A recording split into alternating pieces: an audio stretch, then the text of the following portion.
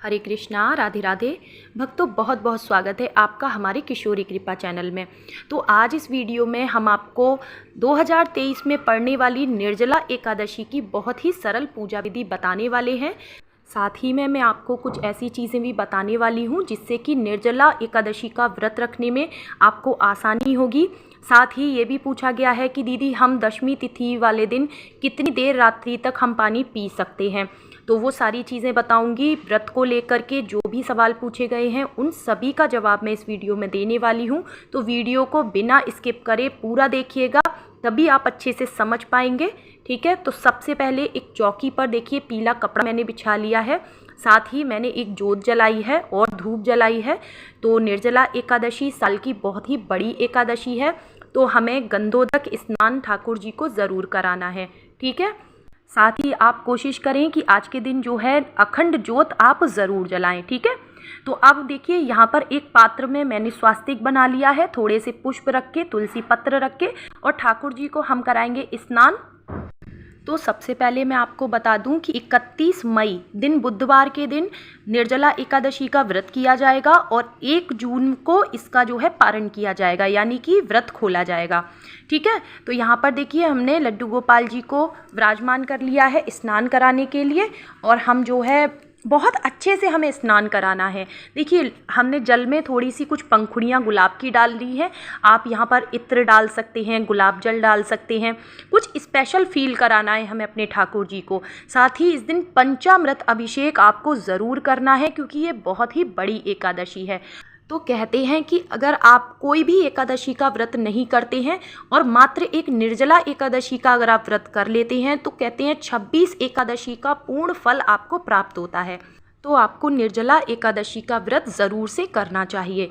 अब हम सबसे पहला सवाल ले लेते हैं, जिसमें कि पूछा गया है कि दीदी हम ऐसा क्या करें कि निर्जला एकादशी वाले दिन हमें प्यास कम लगे या प्यास लगे ही ना। ठीक है, तो देखिए सबसे पहली चीज़ कि आप दशमी तिथि वाले दिन आप क्या करेंगे कि आप एक समय नमक का भोजन करें और संध्या के समय ना आप जो है मीठा भोजन करें। तो यहाँ पर देखिए मैंने पंचामृत से अभिषेक किया है। अब यहाँ पर मैंने लिया है चंदन और उसको मैंने घोल लिया है। गोपी चंदन है ये, क्योंकि हम गंधोदक स्नान करा रहे हैं ठाकुर जी को, तो हमें इस तरह से चंदन से भी स्नान इस दिन ज़रूर कराना है।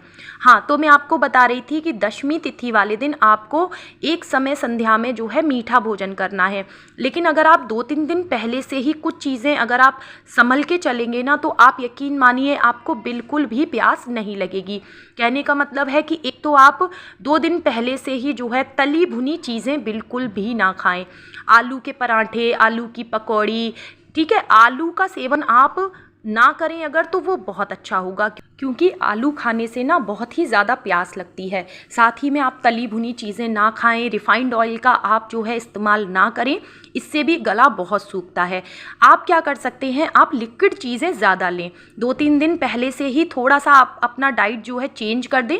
आपको जैसे ऑरेंज जूस हो गया, या फिर नींबू पानी हो गया, या फिर शेक हो गए जैसे बनाना शेक, मैंगो शेक, इस तरह की चीज़ें आप ज़्यादा लें। और दशमी की रात्रि में आप मीठी चीज़ ज़रूर खा के सोएं, जैसे कि आप या तो मीठा दही खा सकते हैं, या फिर आप मीठी सिवैयाँ बना लें, या फिर आप ड्राई फ्रूट्स की खीर बना लें, इस तरह से। ठीक है, तो यहाँ पर देखिए मैंने अपने ठाकुर जी के लिए नई पोशाक बनाई है जो कि नेट की है। तो आप भी इन्हें जो है निर्जला एकादशी वाले दिन हल्के ही वस्त्र पहनाएं, क्योंकि देखिए जेठ का महीना है, गर्मी बहुत ज़्यादा होती है। हल्के वस्त्र पहनाएं, हल्का श्रृंगार करें। आप न्यू ड्रेस भी पहना सकते हैं, नहीं तो आप जो है जो भी वस्त्र आपके पास हैं ध्यान रखें कि वो साफ़ स्वच्छ होने चाहिए। तो देखिए यहाँ पर मैंने ये फूलों की माला घर पर ही बनाई है, तो मैंने ये पहना दी है। आप मार्केट से भी और अच्छी माला आप खरीद सकते हैं। साथ ही हम करेंगे हल्का सा श्रृंगार ठाकुर जी का। तो श्रृंगार के साथ साथ अब ले लेते हैं आपका पूछा हुआ दूसरा सवाल, जिसमें कि पूछा गया है कि क्या दीदी दशमी की रात्रि को 12 बजे के बाद हमें पानी नहीं पीना है। तो देखिए ऐसा नहीं है, 12 बजे केवल दिन बदलता है और तिथि जो होती है वो सूर्य उदय के साथ ही बदलती है, लेकिन हमें सूर्य उदय से 45 मिनट पहले तक हम पानी पी सकते हैं। कहने का मतलब है कि आप जो है दशमी की रात्रि में आप सुबह के होने में 3 बजे, 4 बजे, 4:15 बजे तक आप जो है पानी या नींबू पानी जो भी आप पीना चाहते हैं वो आप पी सकते हैं। उसके बाद में आपको जल ग्रहण नहीं करना है। तो यहाँ पर देखिए हम तुलसी महारानी को भी विराजमान कर रहे हैं, साथ ही हमने जो है गाय माता को भी स्नान करा के वहाँ पर विराजमान कर लिया है। थोड़े से तिलों का आसन देते हुए गणेश भगवान जी को भी हमने विराजमान किया है। तो अब हम यहाँ पर जला रहे हैं घी की जोत। तो अगर आप अखंड जोत जला रहे हैं तो उसको एज इट इज़ आप ऐसे ही जलता रहने दें, उसको उठा करके आपको आरती नहीं करनी है। आरती के लिए हमेशा आपको दूसरा दिया तैयार करना है, ठीक है। तो यहाँ पर देखिए मैंने एक प्लेट में जो है दीप तैयार कर लिया है। अब हम गणेश भगवान जी का हल्दी और पीला सिंदूर, ये सारी चीज़ें चंदन लगा के, और अक्षत की जगह हम चढ़ाएंगे तिल। तो तिलों से हमें पूजन करना है, आप ध्यान रखें। अब हम कलावे से उनको वस्त्र पहनाएंगे। अगर आपके पास गणेश जी की पोशाक है तो आप वो भी धारण करा सकते हैं। तो यहाँ पर देखिए हमने, अच्छा आप लोग पूछते हैं दीदी हम संकल्प कैसे लें, तो ये मैं पहले भी कई बार बता चुकी हूँ, फिर से बता रही हूँ मैं आपको। हाथ में पुष्प ले लें, एक सिक्का ले लें, थोड़ा सा जल ले लें और अपना नाम बोलते हुए, जगह बोलते हुए, अपना गोत्र वगैरह अगर आपको पता है तो ये सारी चीज़ें बोलते हुए प्रभु से विनती करें कि प्रभु आप मेरी पूजा स्वीकार करें और मुझे इतनी शक्ति दें, सामर्थ्य दें कि मैं अपना व्रत बिना किसी विघ्न बाधा के अच्छे से पूर्ण कर सकूं। और जब आप संकल्प लेते हैं ना तो आप यकीन मानिए आपका व्रत बहुत ही अच्छे से पूर्ण होता है। तो संकल्प आपको एकादशी के व्रत में ज़रूर लेना चाहिए। तो यहाँ पर देखिए गर्मी बहुत ज़्यादा है तो हमने यहाँ पर लगाया है ठाकुर जी को पीला चंदन, और साथ ही में हम गाय माता को भी लगा देंगे, पूजन करेंगे हम फूलों से गाय माता का, तुलसी माता का। तो देखिए पीला चंदन आप जो है, या फिर गोपी चंदन, केसर चंदन, कुछ भी आप ठाकुर जी को ज़रूर लगाएं, इससे ठाकुर जी को बहुत ठंडक मिलेगी। तो देखिए अब हम यहाँ पर चढ़ा रहे हैं पुष्प। तो यहाँ पर गुड़हल के फूल भी मैं कुछ लेकर के आई हूँ और कुछ गुलाब के फूल हैं। तो मैंने यहाँ पर देखिए इस तरह से पुष्प चढ़ा दिए हैं और बहुत ही अच्छे मन से हमें पूजा करनी है। और यहाँ पर देखिए मैंने हाथों में लिए हैं कुछ पंखुड़ियाँ हमेशा की तरह। तो मुझे ऐसे अपने ठाकुर जी पर करना बहुत अच्छा लगता है। तो बस हम इस तरह से फूल बिखेर देंगे ठाकुर जी के पास, थोड़े से गणेश भगवान जी के ऊपर और तुलसी माता के ऊपर, गाय माता के ऊपर। तो इस तरह से हमने पूजन किया। साथ ही अब हम लगाएंगे भोग। तो देखिए भोग में आप कोई भी मौसमी फल आप लें। मैंने यहाँ पर केले, आम और खरबूजा लिया है, ठीक है। साथ ही एक कलश हमें ज़रूर लेना है, तो मिट्टी का कलश होना चाहिए। इसके ऊपर हमने रखी है इसमें चीनी भर के, जो पात्र है इसके ऊपर ढक्कन इसका, और साथ ही में थोड़ी दक्षिणा हमें ज़रूर रखनी है। और थोड़ी सी चीनी हमने जो है कलश में भी डाल दी है। तो हमें ये मीठा जल जो है ये दान करना है। आप चाहे एकादशी वाले दिन आप दान कर सकते हैं या फिर द्वादशी वाले दिन। तो व्रत खोलने से पहले आप इसको दान करें, उसके बाद ही अपना व्रत खोलें, ठीक है। साथ ही में हमें इसके ऊपर एक कोई फल रखना है। आप खरबूजा रख सकते हैं, आप तरबूज रख सकते हैं, आप आम रख सकते हैं।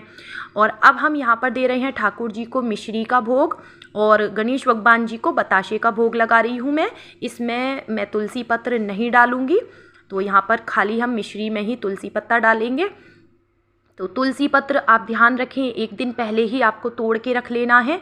और तुलसी पत्र के बिना एकादशी की पूजा अधूरी मानी जाती है, तो आप तुलसी पत्र ज़रूर से रखें, पूजा में ठाकुर जी को अर्पित ज़रूर करें।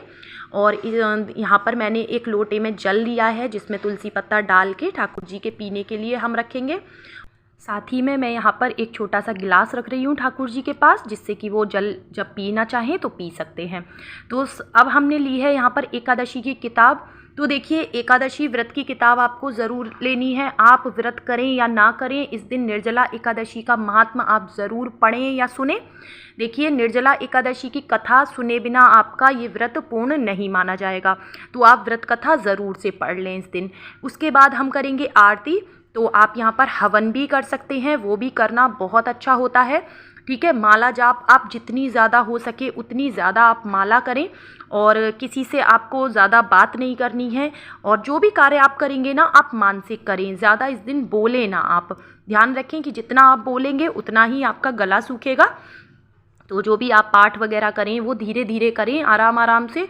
और धूप में आप कहीं ना जाएं बाहर, क्योंकि धूप में जाने से भी आपको प्यास ज़्यादा लगेगी।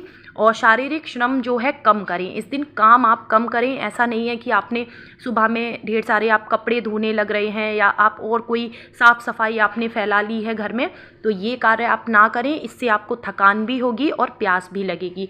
तो आप ज़्यादा से ज़्यादा जो है भगवान के पास बैठे उनके नामों का जाप करें।